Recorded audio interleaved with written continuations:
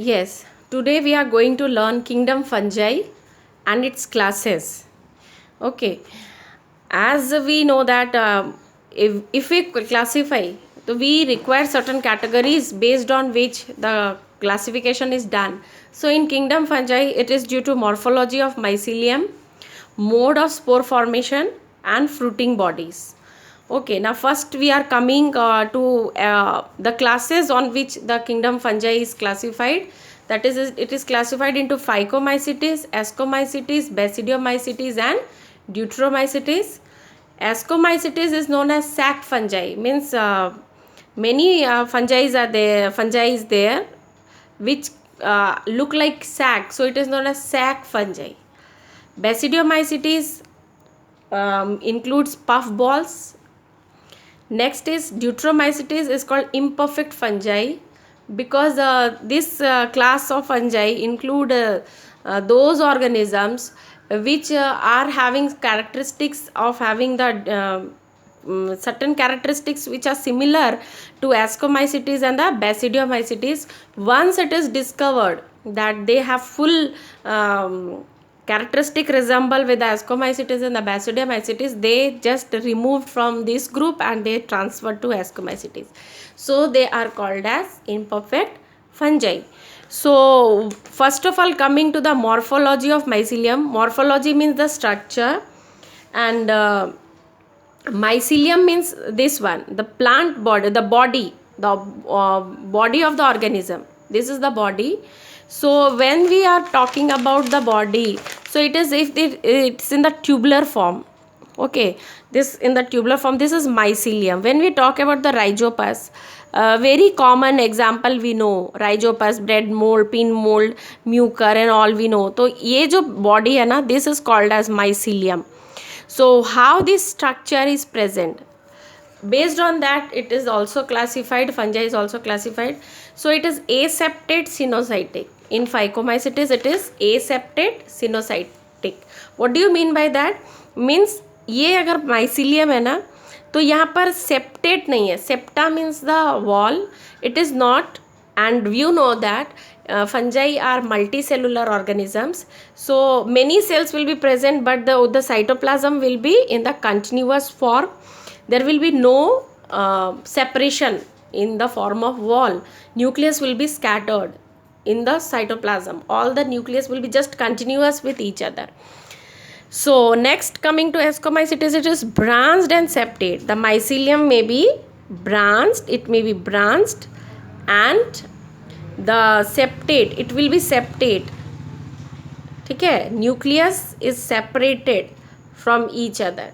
It's multicellular and each cell is having its own nucleus. So but only unicellular organism found is yeast. Ascomycetes में yeast present है जो कि एक unicellular है, otherwise all are multicellular. Next, coming to Basidiomycetes, it is branched and septate. It is branched, उनका branched रहेगा और septate रहेगा, as I said in Ascomycetes. Deuteromycetes में branched and septate. It is branched and septate.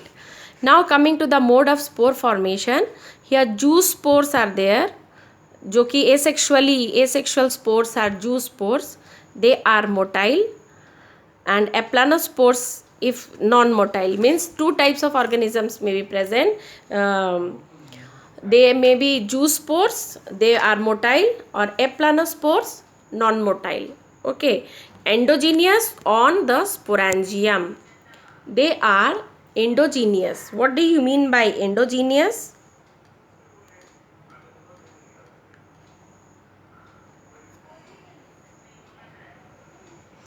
Endogenous means अगर ये एक surface है जहाँ पर कि ये जो बॉडी है, स्पोर बॉडी इस तरह बोलते हैं, अगर ये स्पोर बॉडी है तो इसके अंदर अगर स्पोर्स है then they are known as endogenous. और अगर किसी किसी में देखते हैं जैसे पेनिसिलियम में बाहर में प्रेजेंट है इस तरह से एक फ्रूटिंग बॉडी, जैसे हम लोग फ्रूट बोलते हैं ना, फ्रूट के अंदर सीड्स है, फ्रूट के बाहर सीड्स है, उस तरह से if this fruiting body is present here outside, it is known as exogenous.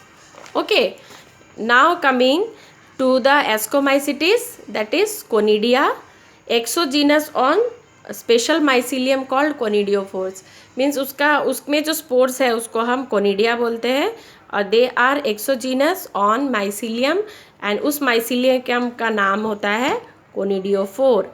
Okay, next coming to the basidiomycetes, they are asexual spores, they are not found vegetative reproduction by fragmentation. यहाँ पर asexual spore नहीं present है, and this is called as fragmentation. By fragmentation of the mycelium, new organism grows.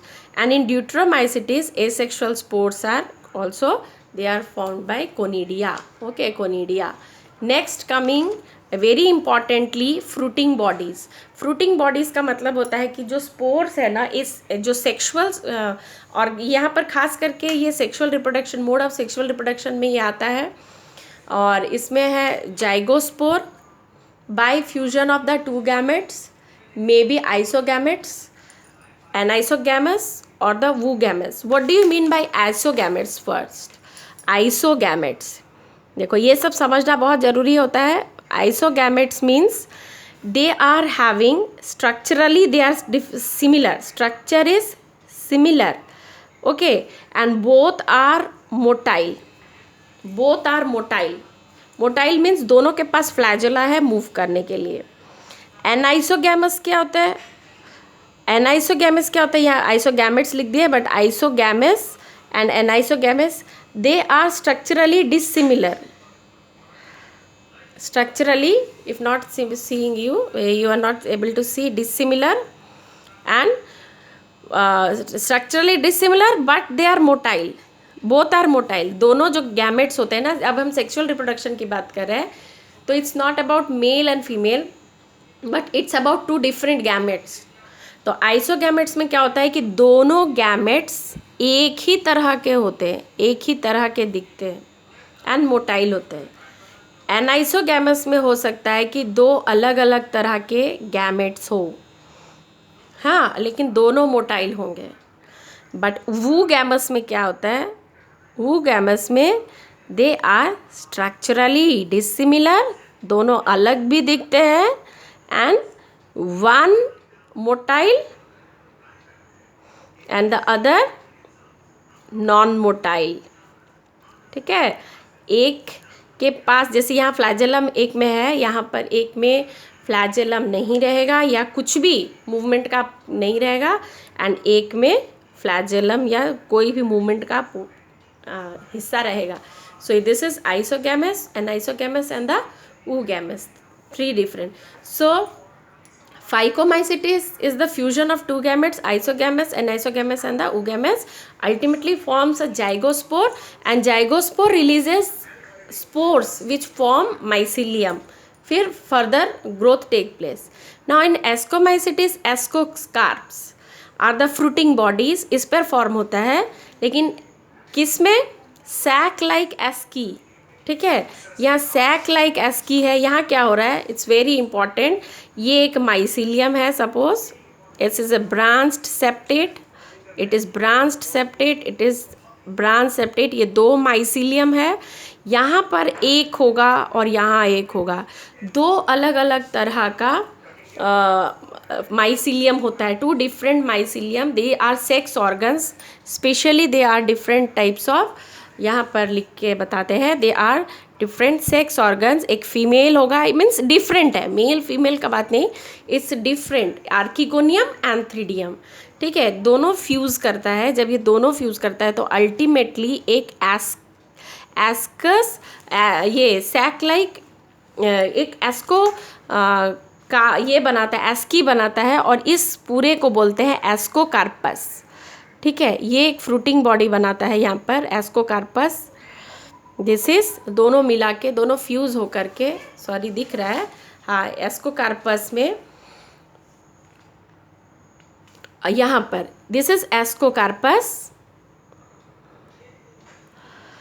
और इस पर बनता है ASCII, और ASCII will give rise to, upon meiosis will give rise to ascospore, and ये endogenous होता है. अंदर में फॉर्म होता है, बहुत सारे यहाँ पर स्पोर फॉर्म होंगे and they will form ascospores and ultimately they give rise, they burst out and they will release ascospore. Okay, next is basidiospore. Here basidiospores are formed on basidium exogenously. यहाँ पर जो basidium होगा, यहाँ पर जो basidium होगा, it will be formed on exogenously. outside ये form करते हैं, लेकिन यहाँ पर क्या है, two different mycelium. ये important ध्यान देने वाली बात है. It's two different mycelium, two different strains of mycelium. यहाँ पर जैसे डिफरेंट सेक्स ऑर्गन्स में भी प्रेजेंट माइसिलियम अगर सेम है, अगर एक ही बॉडी का है तो टू डिफरेंट सेक्स ऑर्गन्स होता है तो it will result in the formation of the ASCII. लेकिन यहाँ पर क्या हो रहा है, ये माइसिलियम अलग अलग रहेगा, the strain will be different, two different strain, two vegetative cells, there is no sex organ present here.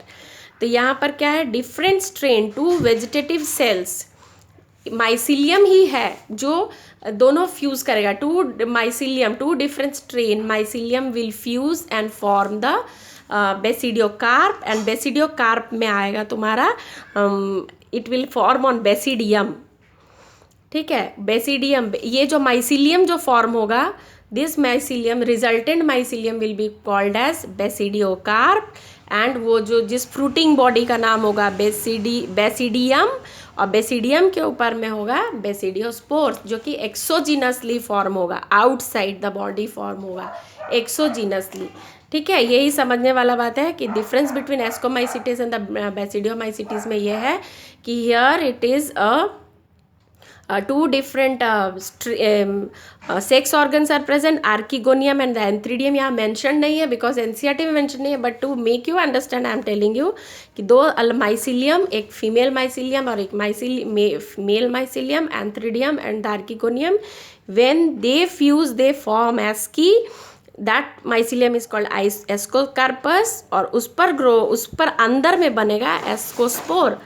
यहाँ पर टू वेजिटेटिव सेल्स, वो माइसिलियम ही जो फ्यूज़ कर जाएगा और बनाएगा बेसिडियम एंड बेसिडियम में आएगा basidiospores and that will form as basidiocarp. That body will be called as basidiocarp. और अच्छी बात क्या है कि in deuteromycetes if sexual forms are discovered then species are moved to ascomycetes and the basidiomycetes. As I said earlier कि इनका अपना कुछ होता नहीं है, जैसे इनको लगता है कि ये दे में their sexual organs are discovered, then they are shifted to ascomycetes and the basidiomycetes. That's all about kingdom fungi. It's very easy. just एक टेबल बनना है, टेबल बनने के बाद ये कुछ कुछ कंसेप्ट है वो सब जान लेने से it will be forever in your mind. Okay, I have given this paper to you. Just note down in your copy and make your concept clear. Thank you.